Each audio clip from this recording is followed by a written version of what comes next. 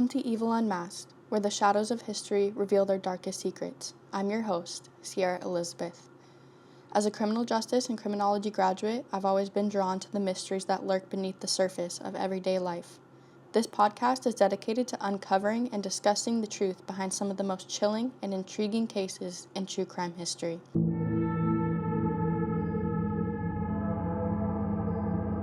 In each episode, we'll deep dive into a different case, exploring the evidence, unraveling the clues, and bringing you the stories of the victims in the relentless pursuit of justice. From infamous serial killers to unsolved mysteries, no case is too complex or too obscure for me to tackle. In this episode, we'll be exploring the harrowing story of John List, an ordinary man whose extraordinary crimes and elaborate escape plan captivated the world.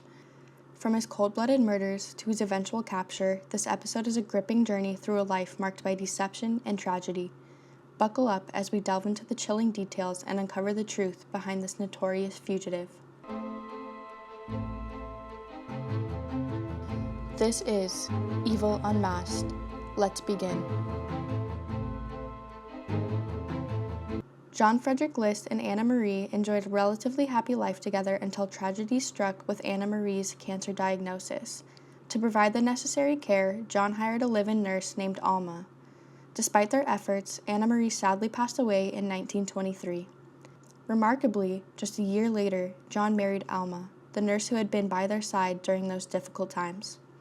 Alma and John welcomed their son, John Emil List, on September 17, 1925, in Bay City, Michigan. At the time of his birth, John Frederick List was 64 years old and Alma was 38. Though it might seem confusing, it was a long-standing List family tradition to name their sons John. John's father worked tirelessly to provide for his family, eventually saving enough money to purchase 50 acres of farmland and start his own dry goods business. Meanwhile, Alma was overly protective of John, forbidding him from playing outside for fear of him getting sick or dirty. Unlike other boys his age, John wasn't allowed to participate in typical childhood activities. Instead, he spent his time sitting in the kitchen, reading. Due to his mother's paranoia, John came to see the outside world as a frightening and dangerous place. John's freedom truly began when he started high school, breaking free from the constraints of his strict Lutheran upbringing. Enrolled in a public high school far from his home, he had to navigate a daily bus ride to get there. During his high school years, Europe was embroiled in conflict, and the attack on Pearl Harbor by Japan on December 7, 1941, thrust the United States into World War II. John was just 16, and his mother adamantly refused to let him leave school to enlist. His patriotic fever never waned. The day he graduated, he eagerly joined the Army as an infantry laboratory technician, ready to serve his country. John underwent basic training at Fort Benning, Georgia, where he developed a deep appreciation for the discipline. During his training, he faced a personal tragedy. His father fell gravely ill and passed away on August 30th, 1944. Given compassionate leave to attend the funeral, John's stoic demeanor and apparent detachment puzzled those around him, despite the profound loss he had just experienced. After the funeral, he returned to his duties with renewed focus and was subsequently deployed to Europe in February 1945 to confront the Nazis on the battlefield. Upon his return, John enjoyed telling people tales of his wartime experiences, claiming he had been captured by the Germans, but cleverly used his impressive German skills, thanks to his family's deep German heritage, to win their trust. He even fabricated a story about earning a Bronze Star for his time as a prisoner of war, a claim that was entirely false. When John arrived home on April 22, 1946, he shared a variety of embellished stories but was notably vague about the specifics of his overseas service. Despite spending less than a year abroad, most of which was spent traveling, he claimed to have endured severe trauma, suggesting that he had a form of PTSD. Upon returning to Michigan, John enrolled at the University of Michigan, where he embarked on a journey to earn a degree in business administration. After successfully graduating with his bachelor's degree, he was commissioned as a second lieutenant in the Army Reserves. Fueled by ambition, John then entered an accelerated master's program, leveraging some of his military experience for academic credit. Just 3 months later, he achieved his master's in accounting, marking another significant milestone in his educational and professional journey. John would then get a job at a prestigious accounting firm in Detroit, Michigan. In 1951, Helen Taylor was deep in mourning for her husband, Marvin, who had been killed in action in Korea. After a long, painful wait of 6 months, she finally received his body and attended his funeral in Newport News, Virginia. Amidst her grief, her sister Jean gently suggested that bowling might provide a brief escape from the sorrow. That very night, a friend of John's also proposed a bowling outing in town. That night, Helen, still mourning the loss of her husband, would cross paths with John, an awkward and reserved man. When John introduced himself as lieutenant, Helen found it peculiar and out of place given their non-military setting. Her attention was drawn instead to John's more personable friend, who appeared warm and engaging. Despite their initial connection, the date took a disheartening turn when Helen discovered that he was married. And guess who was there to comfort her after she had discovered the disturbing news? John. John insisted he had no knowledge of his friend's marriage, assuring Helen that a good person like him would never condone deceiving a woman. Moved by his honesty, Helen chose to give the awkward John a chance. As their relationship grew, John's genuine attentiveness became evident. He listened as Helen shared stories of her youth, her early marriage to Marvin at just 15, and the birth of their first child, Brenda, just a year later. Helen gradually opened up about the more tragic aspects of her marriage. She recounted the profound sorrow of losing her infant son, Kenneth, who passed away at just 6 months, followed by the heartbreak of 2 stillbirths. As she shared these painful experiences, John felt a deep urge to protect and support her. In 1951, Helen revealed that she was pregnant, prompting the couple to decide on marriage. She converted from Methodist to Lutheran, and they married on December 1st. However, shortly after their wedding, Helen confessed to John that she had been mistaken about her pregnancy. Some speculated that she might have fabricated the story to secure the marriage, as Helen had little experience beyond married life.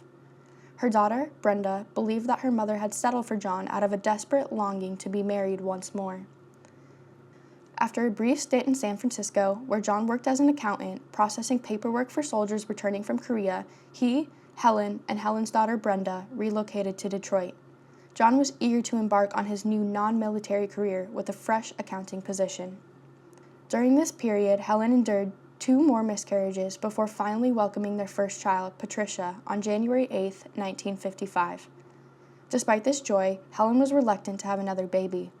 John, however, was adamantly opposed to contraception, believing instead in prayer and leaving their family planning in God's hands.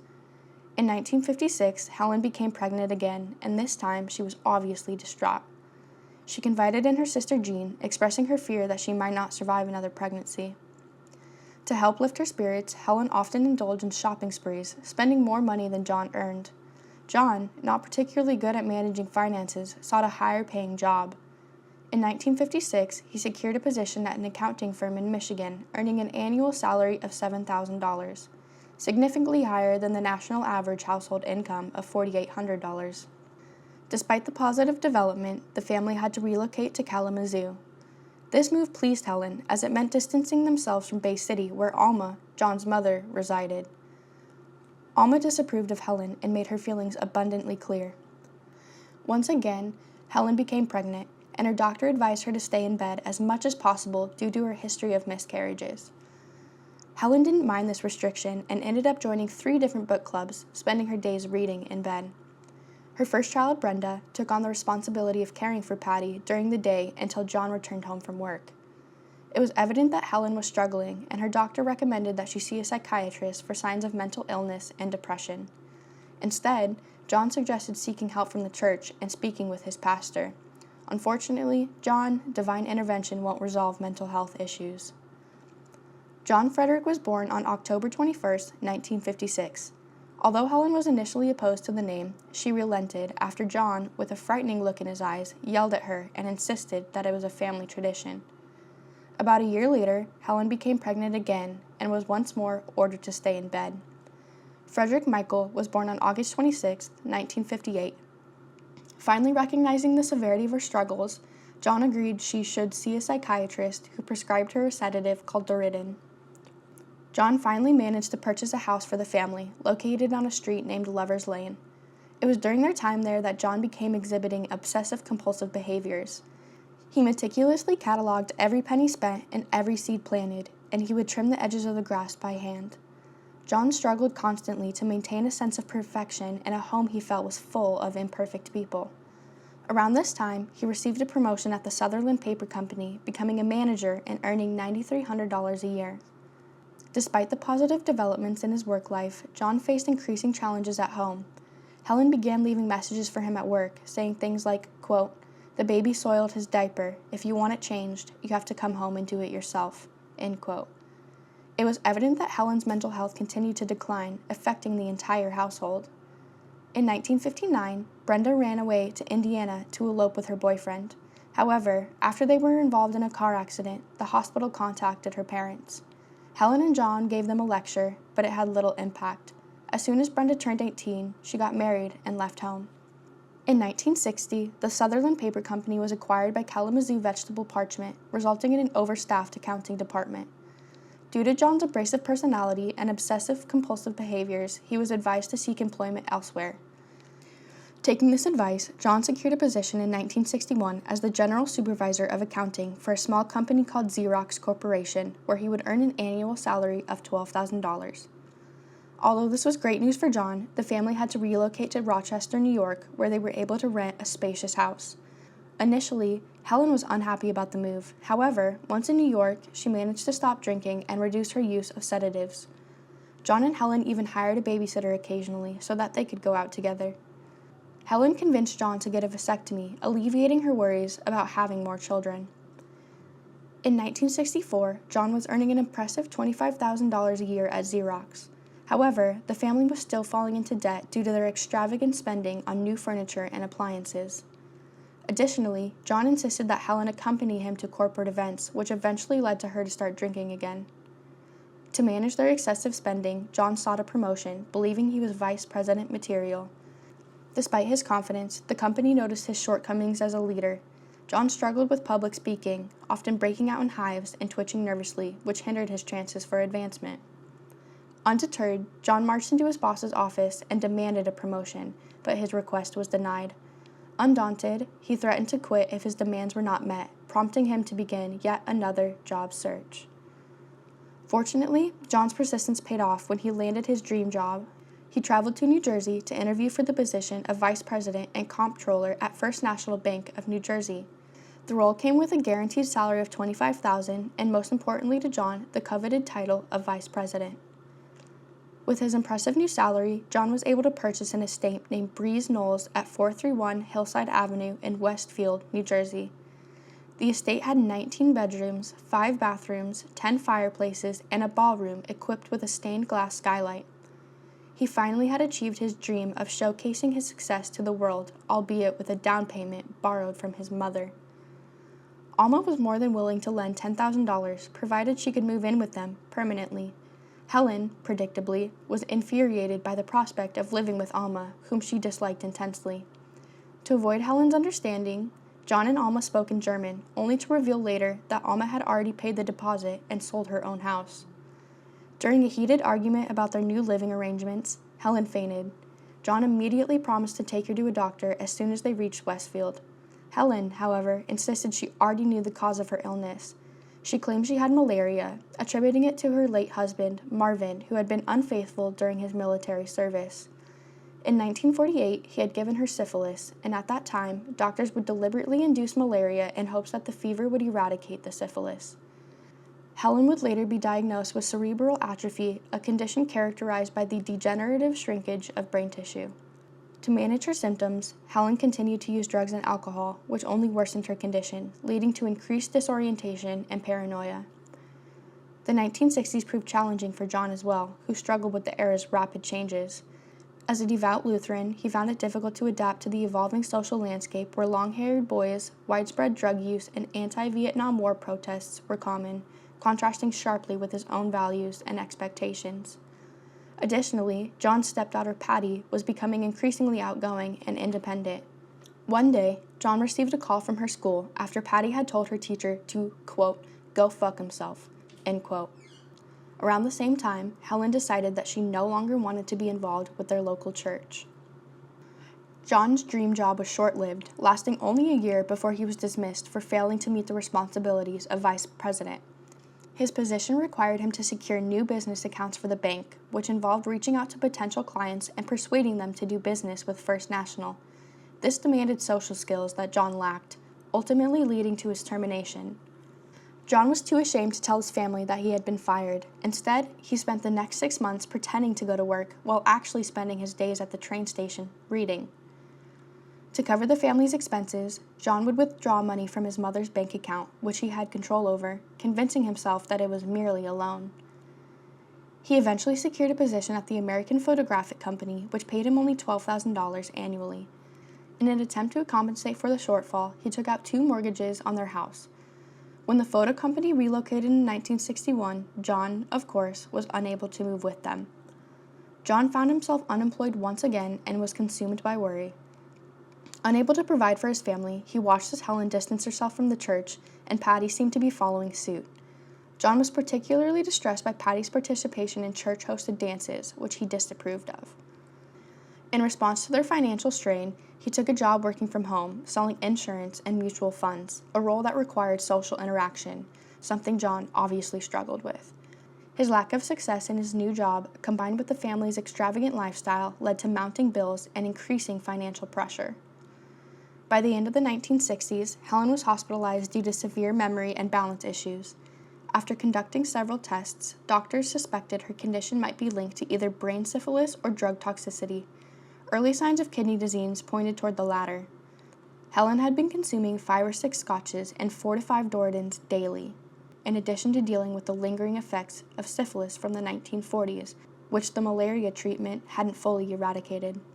Consequently, she was now in the advanced stages of tertiary syphilis affecting her brain, and unfortunately, there was no treatment available to alleviate her condition. On a brighter note, John Jr. and Fred were growing up relatively untroubled. John Jr. was outgoing and passionate about sports, particularly soccer. In contrast, Fred was more reserved and preferred solitude, finding comfort in caring for the household animals. By 1971, John's income had dwindled to virtually nothing. Despite Patty and Fred taking after-school jobs to contribute, the mounting debts were overwhelming, and the bank was initiating foreclosure on their home. With his mother's bank account nearly depleted, John had no viable escape from their financial crisis. John began to resent his family, viewing them as parasites, draining his dwindling income. He believed his children were growing up in a godless world and feared their lack of faith would lead to their downfall. On October 14, 1971, John visited the Westfield Police Department to apply for a gun permit. After taking his fingerprints and instructing him to return in 2 weeks, the officer never saw him again. John realized that he had already possessed the firearms that he needed. During World War II, he had purchased a 1912 Steyr 9mm handgun and also owned his father's Colt .22 caliber revolver, both of which were stored in the family's basement. On November 5, 1971, John gathered his children at the kitchen table and gravely informed them that they needed to prepare for their impending deaths. He asked them whether they would prefer to be cremated or buried. Despite their shock, all of them chose burial. That evening, Patty attended her drama rehearsal, visibly distressed. Her drama teacher, Edward Liliana, noticed her distress and inquired about it. Patty tearfully replied, quote, "My father is going to kill me," end quote. Assuming it was an overreaction, Edward dismissed her concerns, assuring her that her father was not serious and everything would be fine. Patty continued to plead with him, warning that if her father mentioned that they were going away, it would mean her end. Believing it to be a plea for attention, Edward offered her a ride home, brushing off her fears. On November 9, 1971, John planned out every detail of the day. He started by calling the New York Times to cancel his newspaper delivery, only to settle down and read that day's edition. The front page headline, "School Prayers Blocked by House by 28 Vote Margin," only deepened his conviction that society was drifting away from its moral foundations. Flipping through the pages, he encountered ads promoting books about Charles Manson, provocative topics on sex, and other subjects he deemed corrupt. To John, it was a stark reminder that the world was spiraling into dangerous territory. After his 3 children had left for school, he retreated to his office and collected his 2 guns. Meanwhile, Helen made her way downstairs to prepare a cup of coffee. Dressed in her robe, she settled at the kitchen table, drinking her coffee. Helen had no idea that John had silently approached her. John walked up behind her and shot her in the back of the head with his 9mm. The bullet entered the base of her skull, lacerated her brainstem, and killed her instantly. John worried that his mother might have heard the incident, so he cautiously entered her quarters of the house. Alma, who was in the kitchen, turned around as John walked in. He fired a shot at her, but missed. Alma screamed, quote, "Are you crazy?" End quote. This time, John moved closer and fired again. The bullet penetrated her skull and lodged in her brain, causing her death. She was 85 years old. John had initially planned to move his mother's body downstairs, but quickly realized that he couldn't manage it. Instead, he dragged her body to a storage closet and then cleaned up her blood. After cleaning up as much as he could, John went to the basement and grabbed 3 sleeping bags. He laid them out on the ballroom floor before dragging Helen's body from the kitchen to the ballroom, placing her on one of the sleeping bags. He mopped up the blood again, unable to stand the sight of the mess. Finally, he took off his bloody clothes and took a shower. Putting on a fresh suit, John called his boss at State Mutual Life Insurance Company to cancel their scheduled meeting. He then contacted his pastor, explaining that the whole family would be out of town for a while due to Helen's mother falling ill. John also wrote notes for the children's schools to explain their absences. Around 1:30 p.m., he went to the bank and withdrew the entire $2,000 from his account and safety deposit box. He considered emptying his mother's account, but decided it wasn't worth the effort due to its low balance. His next stop was the post office, where he mailed a key to his mansion so that the police could access his desk, and asked the postmistress to hold their mail until the family returned. Once back home, John wrote letters to family members, including Helen's sister and mother, as well as Alma's sister. As he was writing, the phone rang. It was his daughter Patty, calling to say that she didn't feel well and wanted to be picked up. Frustrated, John agreed and went to go get her. They arrived back home, and John quickly parked the car, rushing inside before Patty. When she entered a few moments later, John shot her in the back of the head with his 9mm. Patty turned slightly at the last second, causing the bullet to pass through her left cheek, hit her foramen magnum, the hole at the base of the skull that the spinal cord passes through, and ricochet off her temporal bone. It would then exit through the left side of her face. She was 16 years old. He dragged her body into the ballroom and placed her on the sleeping bag next to her mother. Once again, he cleaned up the blood and then waited. At 5 p.m., John picked up Fred from work as soon as his shift ended. They drove back home together, but as soon as they arrived, Fred hurried inside, suddenly remembering that he had forgotten to feed the fish. Fred, the shy one known for caring for the household pets, was momentarily distracted. Seizing the opportunity, John followed him in, and while Fred's back was turned, he raised his weapon and shot Fred in the back of the head. He was 13 years old. John then dragged Fred's lifeless body onto the sleeping bag beside Helen and once again tried to erase the traces of his crime. John Jr., the last List child, was supposed to be at soccer practice that evening. However, due to cold weather, practice was canceled, a fact unknown to his father. Hearing a car pull up the driveway before he had time to reload his gun, John hid behind the kitchen door and waited. When John Jr. entered the kitchen, he was confronted by his father pointing a gun at him. John fired, but his son had already started running, and the bullet struck him in the back. John fired again, hitting the boy in the side of the head, but John Jr. was still alive. Desperately, John Jr. tried to crawl away but rolled onto his back to face his father. John shot his son between the eyes, but the boy's eyes still fluttered, fighting for life. Enraged, John emptied his gun into his son's chest until it was out of bullets. He then grabbed his revolver and continued firing until that too was empty. John Jr. had been shot 10 times. He was just 15 years old. Just like the rest of the family, John moved his son's body to the ballroom and attempted to clean up the blood. This proved to be a difficult task due to John Jr.'s struggle. After cleaning as much as he could, John resumed writing letters to his family and Reverend Ray Winkle, explaining why he had killed his entire family. John thought that, by confessing to your sins, they would be absolved. Once he was done confessing to his sins on paper, he believed that he was no longer to blame for his actions. His confession was 5 pages long, trying to justify his actions. Quote, "I am very sorry to add this additional burden to your work. I know that what I have done is wrong from all that I have been taught, and that any reason that I might give will not make it right. But you are the one person I know that, while not condoning this, will at least partially understand why I felt I had to do this. 1. I wasn't earning enough to support us. Everything I tried seemed to fall to pieces. True, we could have gone bankrupt and maybe gone on welfare. But that brings me to my next point. 2. Knowing the type of location that one would have to live in, plus the environment for the children, and the effect on them knowing that they were on welfare was much more than I thought they could or should endure. I know that they're willing to cut back, but this involved a lot more than that. 3. With Pat being so determined to get into acting, I was also fearful as to what this would do to her, continuing to be a Christian. I'm sure it wouldn't have helped. 4.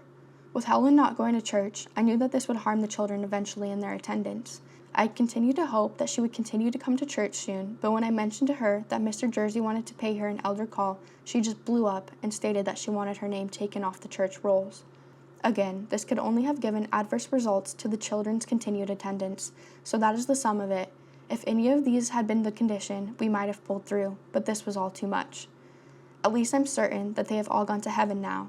If things had gone on, who knows what would have been the case." End quote. John killed his entire family to ensure that they would go to heaven. In his letters, he explained that he had killed his mother to spare her the pain of the murders and to secure her place in heaven as well. He wrote about final arrangements and requested to be removed from the church and its rolls. After placing the letters in the filing cabinet, he wrote a note asking the pastor to deliver them. He then locked both guns and their remaining ammunition in the cabinet, placed the key in a drawer, and locked that too. Finally, he went to his room and slept without any trouble. The following morning, John ate breakfast and gathered some personal belongings, including his Bible and a paper bag containing his bloody clothes. He turned down the thermostat in the house, got into his 1963 Chevy Impala, and drove away. Neighbors believed that the List family had gone out of town, leaving their lights on to deter robbers. However, when the lights started to flicker and go out, people began to worry and grew concerned. One concerned party was Edward, Patty's drama teacher. He recalled a conversation with her where she had mentioned her father's threats to kill her, and that if he ever said they were going away for a while, it would be the end. Patty's friends also began to worry because they hadn't heard from her. Known for her love of writing letters and sending postcards, even on short trips, her silence was unusual and alarming. Edward began to investigate, asking a friend, a local police officer, if there was any way to check on the house. Unfortunately, the officer said that, to their knowledge, no crime had been committed, so they had no reason to enter the home. Determined, Ed decided to investigate himself. On December 5th, he parked on the street and discreetly approached the house, aware that the neighbors were keeping an eye on it. Finding an unlocked basement window, he climbed inside. Upstairs, he discovered the bodies in the ballroom. He then exited through the back door and locked it behind him. Ed would then go home. Fearful of getting in trouble for breaking and entering, he hesitated to report his discovery. 2 days later, on December 7th, Edward overheard some of his male students discussing plans to break into the List home. He intervened, telling them that he would handle it himself, and accepted the offer from another teacher, Barbara Sheridan, to accompany him. Edward made a lot of noise as he drove up the driveway, slamming his car door and knocking hard on the front door. His goal was to alert the neighbors, prompting them to call the police, which they did. 2 police officers arrived, and Edward and Barbara explained their concern about the List family, noting that no one had heard from them in over a month. Officer Charles Holler and George Lesnick understood and decided to check on the house. After inspecting the perimeter, Officer Lesnick noticed an unlocked window leading to the dining room. Entering the house, they saw 4 large fish tanks, 2 filled with dead fish and 2 with automatic feeders, keeping the fish alive. Classical music played softly throughout the house via an intercom system. Noticing streaks on the floor that appeared to be blood, the officers followed them into the dark ballroom. Initially, they didn't see the bodies, but as they searched with their flashlights, they discovered what they first thought were mounds of clothes. Upon closer inspection, they realized that there were 4 bodies lying on the floor. The officers cleared the house room by room. In the master bedroom, they found bloodstains on the bed sheets, suggesting that the killer may have sat there at some point, as there wasn't enough blood to indicate a murder had occurred in that spot. In the kitchen, they found bloodstains that appeared to have been partially cleaned up. Opening a storage closet, they discovered the crumpled-up body of Alma List, lying in a heap with a towel over her face. Officer Holler called dispatch to report a mass murder. This news shocked Chief Moran, as the town hadn't experienced a murder in 8 years, let alone a mass killing. Upon his arrival, Chief Moran found a note on the desk that read, quote, "To the finder, 1. Please contact the proper authorities. 2. The key to this desk is in an envelope addressed to myself. 3. The keys to the files are in this desk." End quote. The mail for the house at 431 Hillside Avenue was still being held at the post office. There were a total of 162 pieces of mail waiting for the List family at the post office. Instead of sorting through each piece, authorities decided to pry the desk open. Inside the filing cabinet, they found firearms and an envelope addressed to the Reverend. In the letter, John explained why John Jr. had been hurt more than the rest of the family. Quote, John got hurt more because he seemed to struggle longer. The rest were immediately out of pain, but John probably didn't consciously feel anything either." End quote. He had crossed out the word probably. Did he truly believe that he could appear compassionate by claiming that he tried to end his family's lives quickly and without pain? The letter continued, quote, "Please remember me in your prayers. I will need them, whether or not the government does its duty as it sees. I am only concerned with making my peace with God, and for this I'm assured, because of Christ dying, even for me." End quote. On December 9th, 1971, John List's Impala was found at Kennedy International Airport along with his car keys, school ID, alumni card, forestry card, and New Jersey State Board of Accounting cards. Authorities reviewed passenger records for flights over the past month, but found no trace of a John List. It was presumed that he had flown under a different identity. Given the lax security of the time, comparable to that of a library, it wouldn't have been very difficult for him to do so. Alternatively, John could have parked the car there to create the illusion of a flight while using another form of transportation to escape. The FBI joined the investigation, issuing a warrant for unlawful flight to avoid prosecution in addition to the 5 existing warrants for premeditated murder. Wanted posters featuring his description were plastered everywhere, warning that he was sought for killing multiple family members and should be considered dangerous. On December 9th, John List was added to the FBI's most wanted list, where he would remain for 13 years. After reviewing John's history, authorities discovered he frequently required adjustments to his glasses prescription and suffered from severe hemorrhoids, often purchasing Preparation H. Flyers detailing his condition were sent to eye doctors and pharmacies nationwide. Authorities scoured every state where John had family and reached out to international contacts for their search. They entered his fingerprints into databases and collected handwriting samples in hopes of tracking him down. On August 30th, 1972, a neighbor awoke around 3 a.m. to see that the List house was engulfed in flames. More than 100 people gathered outside, watching helplessly as the horror house burned uncontrollably. The blaze was too intense to be extinguished, and the home was beyond saving. Still, nobody knew where John was. A man named Robert P. Clark purchased a mobile home trailer in Denver, Colorado for $1,500 in cash. He spent his days reading newspapers, books, and Bibles, as well as watching TV. Living off his dwindling life savings, he eventually walked across the street to a Holiday Inn to apply for a cook position. Robert P. Clark was in fact, you guessed it, John List. John had driven his Impala to the long-term parking at the airport before heading to the train station. He traveled to Michigan and eventually arrived in Denver. He stayed at the Motel de Ville and ordered a new Social Security card. At that time, anyone under 50 could obtain a new card with no questions asked. He chose the name Robert Peter Clark after a student he had once known, and changed his birthday to April 26, 1931, making himself 6 years younger. He fabricated names for his parents, and after some time, his new card arrived. He then purchased his trailer and secured a job at the Holiday Inn. It appeared that Robert couldn't entirely escape his past as John List. He was eventually fired from his job as a cook due to his lack of speed. Undeterred, he secured a new position as a cook at Piney County Country Club and moved into a furnished apartment 3 years after the murders. In 1975, he decided it was time for a fresh start and joined St. Paul's Lutheran Church. He also obtained a driver's license and bought a bright orange VW Bug. Additionally, he began attending singles events hosted by his church, attempting to build a new life. At these events, he met Dolores Miller, a woman in her mid-30s.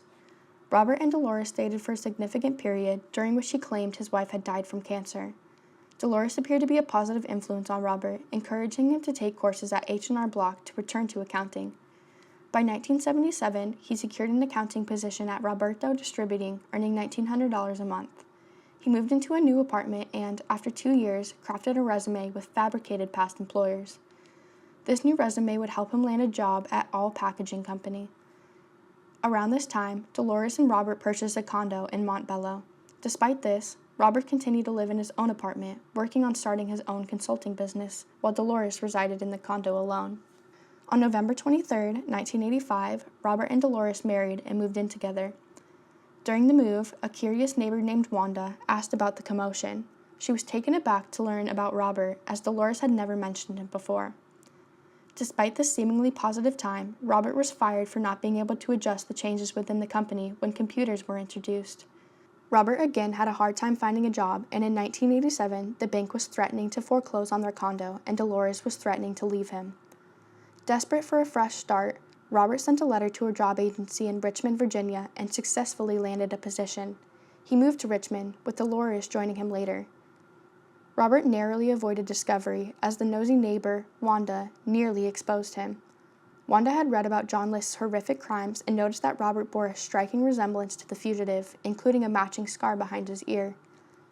She raised her concerns with Dolores, who dismissed them with a laugh, saying, quote, "How could you think this awful man was my Bob?" End quote.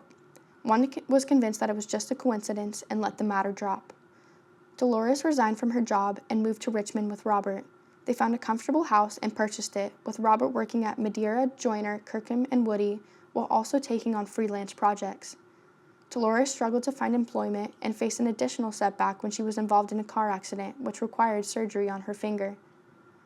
By the late 1980s, America's Most Wanted had captured the nation's attention, and it was one of Bob's favorite shows, which he rarely missed. On May 21, 1989, however, he was forced to skip the episode due to a company event. Coincidentally, this episode featured a segment of the John List murders. Wanda Flannery, along with her daughter Eva and son-in-law Randy, watched the episode.